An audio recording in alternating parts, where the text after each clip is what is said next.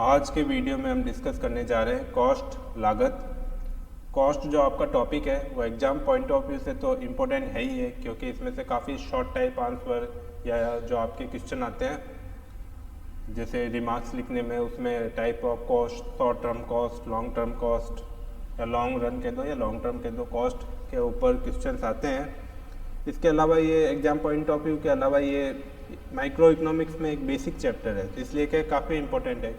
अगर हम बेसिक्स को अच्छा करेंगे तो हमारे जो नेक्स्ट चैप्टर है जिनके लिए ये फाउंडेशन का काम करेगा उसको भी आपको समझने में आसानी होगी। जैसे हम नेक्स्ट चैप्टर लेंगे, मार्केट लेंगे, तो उसके लिए कॉस्ट क्या करेगा, एक फाउंडेशन का काम करेगा। कॉस्ट जो चैप्टर है बिल्कुल ईजी है, बिल्कुल ईजी सा कॉन्सेप्ट है, लेकिन ये बेसिक्स है, इसलिए इसे आपको अच्छे से समझना होगा, क्योंकि आप बेसिक समझ लोगे तो आने वाले चैप्टर में आपके लिए ईजी होगा। तो नेक्स्ट स्लाइड पे चलते हैं, कॉस्ट का कॉन्सेप्ट वगैरह समझते हैं, फिर इसके हम उसके डायग्राम समझेंगे। तो कॉन्सेप्ट ऑफ कॉस्ट पहले हम इसको रीड कर लेते हैं, उसके बाद हम इसको डिस्कस करेंगे। कॉस्ट ए की concept in economics is the monetary expenses incurred by organizations for various purposes such as acquiring resources, producing goods and services, advertising and hiring workers. In other words, cost can be defined as monetary expenses that are incurred by an organization for a specified activity. Specified activity कौन सी होती है? या तो manufacturing हो सकती है, या cell of good हो सकती है, सर्विस प्रोवाइड करना हो सकता है। तो कोई भी एक्टिविटीज़ कोई भी ऑर्गेनाइजेशन करेगी तो उसके लिए क्या होगा, उसको कुछ फैक्टर्स की नीड होगी। जैसे मैन्युफैक्चरिंग करेगी तो उसको क्या होगा, वर्कर चाहिए होंगे, रॉ मटेरियल चाहिए होगा, कुछ डायरेक्ट एक्सपेंसेज होंगे, कुछ ऑफिस के एक्सपेंसेज होंगे जिसमें प्रशासनिक खर्चे होंगे, कुछ सेल्स स्टोर के खर्चे होंगे, कुछ अकाउंट्स डिपार्टमेंट के खर्चे होंगे। तो ये सारे खर्चे होंगे। कुछ इनडायरेक्ट खर्चे होंगे, इसमें से कुछ डायरेक्ट होंगे। जो डायरेक्ट मैन्युफैक्चरिंग से रिलेटेड होंगे वो डायरेक्ट एक्सपेंसेज हो जाएंगे। जैसे रॉ मटेरियल हुआ, रॉ मटेरियल क्या होगा, अगर हम जितना हमारे रॉ मटेरियल हम परचेज करेंगे उसकी जो परचेजिंग प्राइस हम उसके सेलर को देंगे वो हमारे लिए क्या होगी, रॉ मटेरियल की कॉस्ट हो जाएगी। तो ये सारे फैक्टर है। जैसे मेन फैक्टर ले लो आप, उसमें से क्या होता है मेन फैक्टर, लेबर, मटेरियल और डायरेक्ट एक्सपेंसेज हो गए, या रेंट हो गया, फैक्ट्री का कैपिटल का एक्सपेंडिचर हो गया, ये सारे फैक्टर्स हुए। इन फैक्टर्स के बगैर या इन साधनों के बिना किसी भी गुड्स का मैन्युफैक्चरिंग करना पॉसिबल नहीं होता। तो इन सब की क्या होती है, कॉस्ट होती है, उसको हम कॉस्ट बोलते हैं। माइक्रो इकोनॉमिक्स में जो कॉस्ट है उसका कॉन्सेप्ट, जो कॉस्ट का कॉन्सेप्ट है वो बहुत इंपॉर्टेंट है, क्योंकि ये फाउंडेशन का काम करेगा। अभी जो हम डिस्कस कर रहे हैं वो तो बहुत ईजी है, लेकिन कुछ नेक्स्ट स्लाइड्स में इसके कुछ डायग्राम्स वगैरह आएंगे, उसको आप अच्छे से समझना, क्योंकि वो आपको आने वाले चैप्टर में वापस रिपीटेशन होगा इनका, तो तब हमको वहाँ से लिंक करना होगा कॉस्ट चैप्टर से। तो ये तो ज़्यादा इंपॉर्टेंट नहीं है, इसको हम जल्दी से पढ़ लेते हैं। कॉस्ट को आप जानते ही होंगे कॉस्ट के बारे में। अब इसकी डेफिनेशन है, according to Institute of Cost and Works Accountants, ICWA की जो है इसकी डेफिनेशन है, cost implies measurement in monetary terms of the amount of resources used for the purpose of production of goods or rendering services. In terms of manufacturing, cost refer to some total of monetary value of resources used in producing or manufacturing a product. These resources can be raw material, labor and land. ये कुछ factors है, उनकी हमको कुछ cost होती है, वो monetary value में हम उसको मेजर्स करते हैं, तो वो क्या होती है, उसकी मैन्युफैक्चरिंग की कॉस्ट हो जाती है। तो कॉस्ट के अंदर क्या क्या एलिमेंट हो सकते हैं, मटेरियल हो सकता है, डायरेक्ट मटेरियल भी हो सकता है, इनडायरेक्ट मटेरियल भी हो सकता है। लेबर में डायरेक्ट लेबर हो सकती है, इनडायरेक्ट लेबर हो सकती है। एक्सपेंसेस में कुछ एक्सपेंसेस डायरेक्ट हो सकते हैं, जो डायरेक्ट होते हैं वो मैन्युफैक्चरिंग एक्टिविटी से डायरेक्ट रिलेटेड होते हैं, और जो इनडायरेक्ट होते हैं वो मैन्युफैक्चरिंग एक्टिविटी से डायरेक्टली रिलेटिव नहीं होते हैं। मतलब मैन्युफैक्चरिंग कम हो या ज़्यादा हो, उनसे उन एक्सपेंसेज का बढ़ने या कम होने का, इंक्रीज डिक्रीज पे कोई फ़र्क नहीं पड़ता। तो वो ज़्यादा इनडायरेक्ट, और जो डायरेक्टली एसोसिएट रहते हैं मैन्युफैक्चरिंग से, वो जैसे जैसे हमारा प्रोडक्शन बढ़ता है उसके हिसाब से इंक्रीज डिक्रीज होते हैं। तो ये मेन डिफरेंस है डायरेक्ट और इनडायरेक्ट में। थोड़ा और इसको हम रीड कर लेते हैं। The difference element of cost are explained as follows. Material helps in producing और manufacturing goods. Material implies a substance from which a product is made. For example, an organization requires material such as bricks and cement for constructing A building. तो building construct करने के लिए क्या होता है, क्या चाहिए होगा, हमारे पास कुछ ईंटें चाहिए होगी, सीमेंट चाहिए होती है, बजरी चाहिए, लोहे के बार्स, आयरन बार्स चाहिए होते हैं जिसे हम आरसीसी बोलते हैं, वो बनाने के लिए। तो ये सारे क्या होता है, रॉ मटेरियल होता है बिल्डिंग को बनाने के लिए। Material is divided into two categories which are as follows. Direct material होता है, डायरेक्ट मटेरियल में क्या होता है, direct material refer to a material that is directly related to a specified product, job और process. Direct material becomes an integral part of the finished product. Some of the example direct material are as follows. Timber is raw material for making furniture. जो हमारे लकड़ी होती है वो क्या होता है, फर्नीचर बनाने के लिए लकड़ी की बहुत ज़्यादा ज़रूरत होती है। उसके अंदर और भी कुछ चीज़ होती है, एडेसिव होता है या आपकी जो कीले वगैरह होती है, लेकिन ये क्या होता है, ये मेन पार्ट नहीं होता है, लेकिन टिम्बर मेन पार्ट होता है। Sugar cane for making sugar. अब गन्ने की जो ये होती है, गन्ने के कारखाने होते हैं या शुगर बनाने के कारखाने होते हैं, उसमें मेन रॉ मटेरियल क्या होता है, गन्ने होते हैं, शुगर कैन होता है। Textile for garment industries. जब टेक्सटाइल होगा, कपड़ा होगा, उसी की तो स्टिचिंग होके गारमेंट्स बनेंगे, तो कपड़ा इसमें क्या हो गया, मेन रॉ मटेरियल हो गया। और गोल्ड फॉर मेकिंग ज्वेलरी। तो ज्वेलरी में तो ज़्यादातर गोल्ड ही काम आता है, उसमें कुछ स्टोन्स वगैरह काम आते हैं, लेकिन मेन जो इसका एलिमेंट है वो गोल्ड होता है। तो ये क्या होता है, मेन डायरेक्ट मटेरियल होता है किसी भी गुड्स को बनाने के लिए, ये इसके एग्जाम्पल है। और इनडायरेक्ट मटेरियल क्या होता है, refer to material that is not directly related to a particular product और activity. Such materials can not be easily identify with the product. तो कुछ क्या होता है, इनडायरेक्ट मटेरियल भी होते हैं, वो डायरेक्टली जो एसोसिएट नहीं होते हैं मैन्युफैक्चरिंग एक्टिविटीज़ के। The example of indirect material are as follows. Oil for lubricants machines. तो मशीन्स वगैरह में जो हम लुब्रिकेंट करते हैं, ऑयल्स वगैरह जो देते हैं, वो क्या होता है, वो उसके मैन्युफैक्चरिंग के लिए इम्पोर्टेंट तो होता है, लेकिन वो डायरेक्टली रिलेटेड नहीं होता है। अगर हम ज़्यादा मैन्युफैक्चरिंग करते हैं तो ऐसा नहीं है कि हमारी ऑयल्स की वगैरह लुब्रिकेंट्स की बहुत ज़्यादा डिमांड होगी या मतलब बहुत ज़्यादा कॉस्ट का है, उसका पार्ट हो जाएगा। वो एक छोटा सा पार्ट होता है, 1% भी नहीं होता है कॉस्ट का, तो वो क्या होता है, ज़्यादा ऐसे डायरेक्टली रिलेटेड नहीं रहता है। Printing and stationery item for publishing books. तो बुक्स के लिए तो मेन क्या हो गया, कागज़ चाहिए, पेपर चाहिए हमको, या प्रिंटिंग मशीन हो गई, तो ये क्या होता है, ये तो मेन होता है। बाकी स्टेशनरी के खर्चे वगैरह ज़्यादा कोई बड़ी बात नहीं होती है। Nails for making furnitures, threads for manufacturing garments. तो गारमेंट्स वगैरह बनाने के लिए क्या होता है, मेन जो होता है वो तो हमने पढ़ ही लिया कि टेक्सटाइल होता है, कपड़ा होता है। तो थ्रेड्स वगैरह, धागा, तार वगैरह होता है, वो मैन्युफैक्चरिंग, गारमेंट्स मैन्युफैक्चरिंग के लिए मेन मटेरियल नहीं होता है। तो ये कुछ इनडायरेक्ट मटेरियल और डायरेक्ट मटेरियल के बारे में हमने समझ लिया, उसके कुछ एग्जाम्पल भी समझ लिए। नेक्स्ट हम ले लेते हैं labour. Acts an important part of production and organisation requires labour to convert raw material into finish goods. Labour cost is the main element of cost. तो लेबर क्या होता है, रॉ मटेरियल आने के बाद अपने आप तो वो फिनिश गुड्स में तैयार नहीं होता है, तो उसके लिए क्या होता है, लेबर की नीड होती है। लेबर भी 2 टाइप्स के होते हैं, तो वो भी डायरेक्ट और इनडायरेक्ट होते हैं। तो refer to labour that takes an active part in manufacturing a product. This type of labour is also known as process labour, productive labour और operating labour. The costs related to direct labor are called direct labor cost. These costs vary directly with the change in the level of outputs. Thus, it is referred as a variable expenses. तो क्या होता है, directly जो associate labour होती है, जो goods को, raw material को फिनिश गुड्स में कन्वर्ट करती है, वो तो क्या होती है, डायरेक्ट लेबर हो जाती है। और इनडायरेक्ट लेबर जो ऑफिसेज वगैरह में होती है, अकाउंट्स डिपार्टमेंट होता है, सेल्स डिपार्टमेंट होता है, उसका क्या होता है कि उसको मैन्युफैक्चरिंग एक्टिविटी से कॉस्ट ज़्यादा ऐसे वो रिलेटेड नहीं रहता है। बहुत ज़्यादा एक्सपेंसेज का मतलब बहुत ज़्यादा हम प्रोडक्शन कर रहे हैं, डबल कर दिया हमारा प्रोडक्शन, तो अकाउंट्स का खर्चा एकदम से डबल नहीं होगा। हो सकता है हमको एक अकाउंट्स में 1-2% बढ़ाने पड़े, लेकिन जस्ट डबल नहीं होगा खर्चा।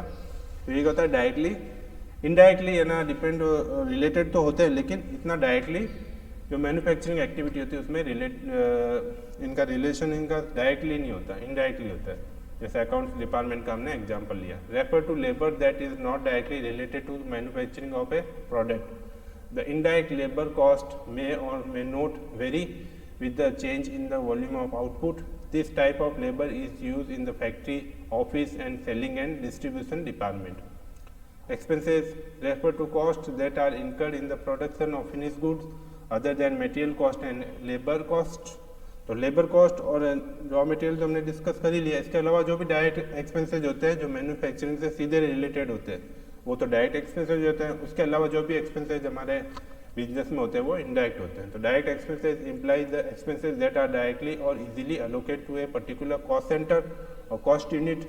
These expenses are called chargeable expenses. Some of the direct expenses of an organization include acquiring machinery for special process, fees paid to architect and consultants, and cost of patent and royalties.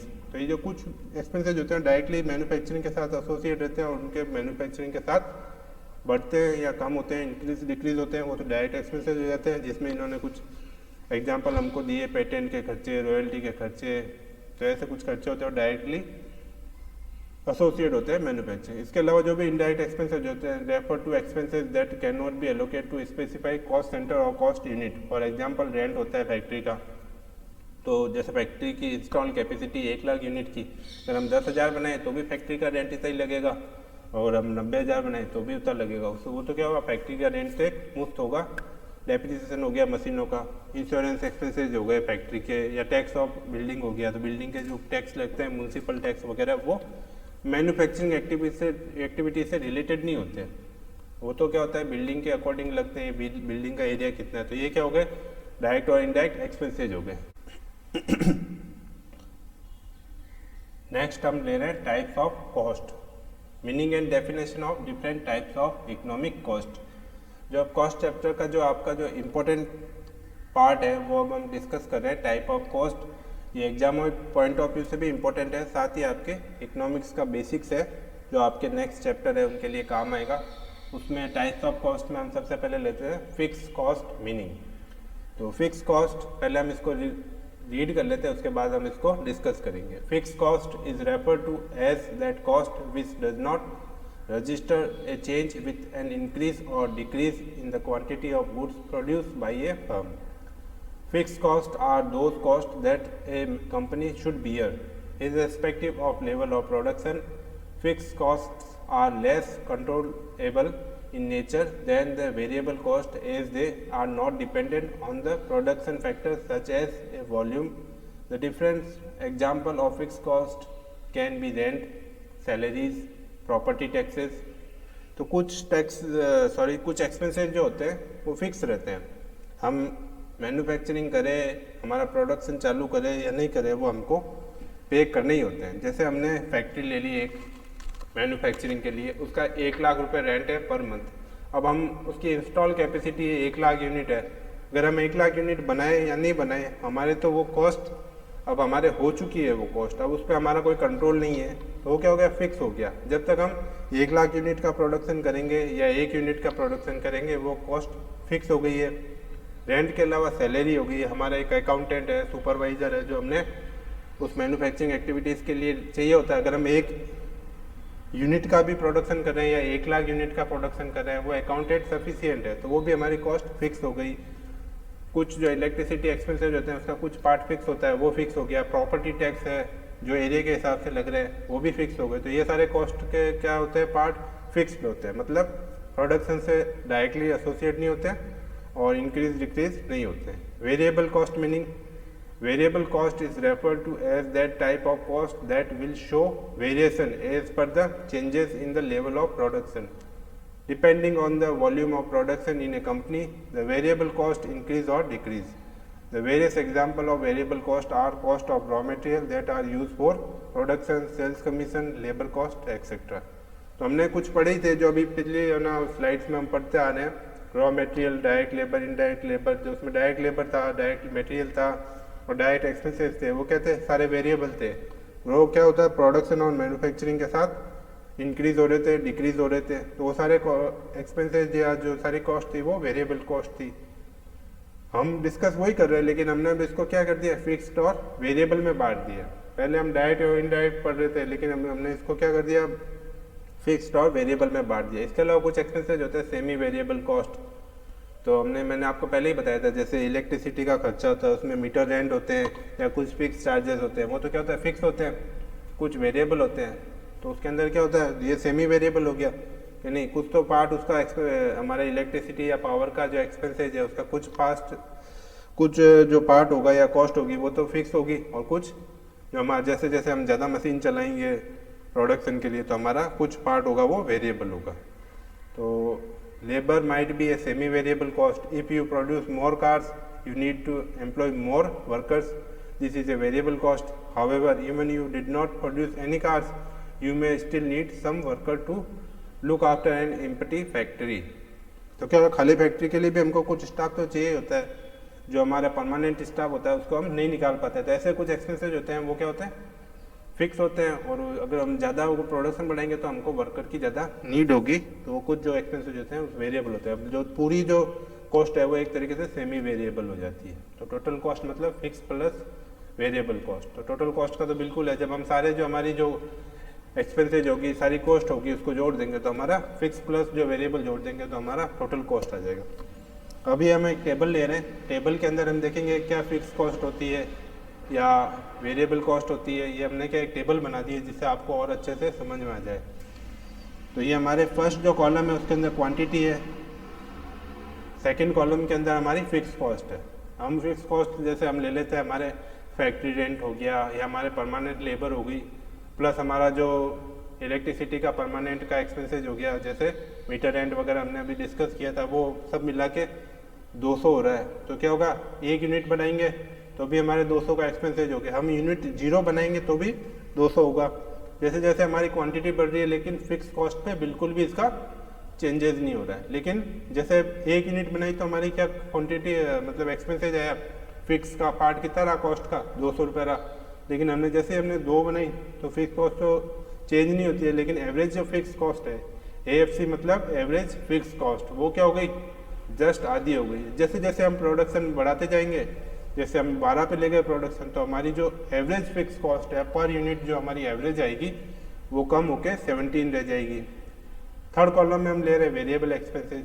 तो जैसे हमने एक unit बनाया तो हमारी क्या थी, 150 रुपये आई। जैसे जैसे हम प्रोडक्शन बढ़ाएंगे तो हमारी वेरिएबल कॉस्ट क्या होगी, कम होती चली जाएगी। कैसे, पर यूनिट कम होती चली जाएगी, क्योंकि हम जैसे जैसे प्रोडक्शन बढ़ाएंगे सॉरी, तो क्या होगा कि हमारे को ना रिटर्न टू स्केल, बड़े स्केल पे जो हम प्रोडक्शन करते हैं उसके फ़ायदे होंगे।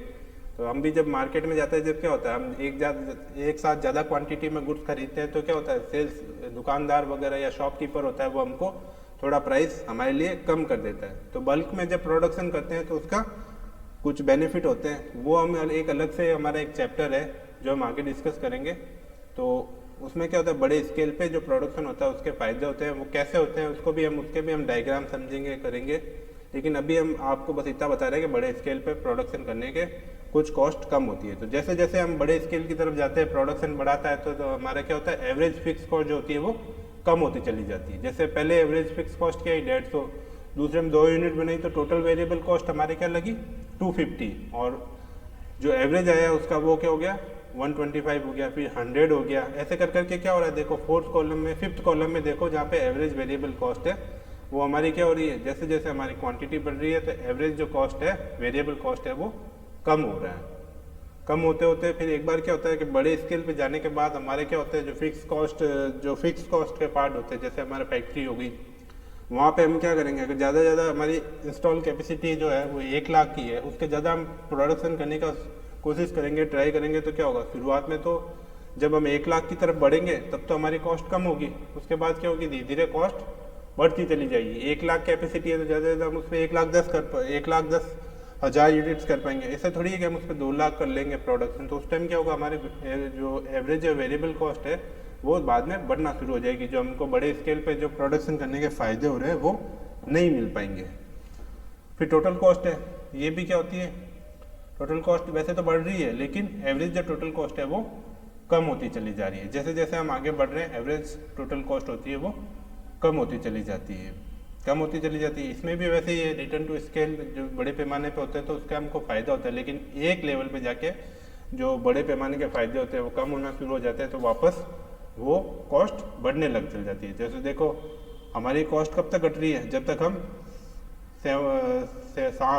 7 क्वांटिटी को जब तक हम मैन्युफैक्चरिंग कर रहे हैं तो हमारे एवरेज जो टोटल कॉस्ट है वो कम हो रही है तब तक। उसके बाद क्या होगा, हमारे को रिटर्न टू स्केल बड़े पैमाने पे जो स्केल पे जो प्रोडक्शन है, लार्ज स्केल पे जो प्रोडक्शन करने के फायदे हैं वो मिलना कम हो गए थे। यहाँ से क्या हुआ, हमारे जो कॉस्ट है वो वापस बढ़ने लग गई है, वापस इंक्रीज होने लग गई है, ठीक है ना। तो ये सारी जो कॉस्ट है, वेरिएबल कॉस्ट वगैरह, वो क्या होता है, बड़े स्केल पे प्रोडक्शन करते हैं तो धीरे तो क्या पहले तो क्या होती है, कम होती है, और फिर जब हम उस बड़े स्केल पे पहुंच जाते हैं, हमारी फुल कैपेसिटी पे पहुंच जाते हैं, तो ये कॉस्ट वापस बढ़ना शुरू हो जाती है। एवरेज टोटल कॉस्ट है वो वेरिएबल और फिक्स का पार्ट है, वेरिएबल और फिक्स का पार्ट है, कंबाइंड है, तो क्या होगा, वो भी उसी तरीके से बिहेव करेगी। मतलब पहले वो घटेगी क्योंकि हमको बड़े स्केल पे प्रोडक्शन करने का फायदा होगा, उसके बाद क्या होगा, वो वापस घटने के बाद वापस बढ़ना शुरू हो जाएगी। तो पहले कॉस्ट घटेगी, फिर उसके बाद जब बड़े स्केल पे पहुंच जाएंगे, कैपेसिटी पे, पूरी कैपेसिटी पे पहुंच जाएगी एक फैक्ट्री, तो वो वापस बढ़ना शुरू हो जाएगी। तो वेरिएबल कॉस्ट और जो एवरेज वेरिएबल कॉस्ट है और एवरेज टोटल कॉस्ट है, उसकी जो कर्व बनेगा, हम आगे जो नेक्स्ट वीडियो होगा उसमें कर्व बनाना सीखेंगे, तो उसमें क्या होगा, ये पहले कम होगी फिर धीरे धीरे बढ़ने लग जाएगी। और लास्ट कॉलम में आपका मार्जिनल कॉस्ट है, उसको हम नेक्स्ट चैप्टर में नेक्स्ट वीडियो में डिस्कस करेंगे। इस वीडियो में इतना ही, और जो इस वीडियो के असाइनमेंट है वो मैं इस चैप्टर के आपके लास्ट में इसके जो सारे क्वेश्चन वगैरह असाइनमेंट में एक साथ दूंगा आपको। इस वीडियो में इतना ही, थैंक यू।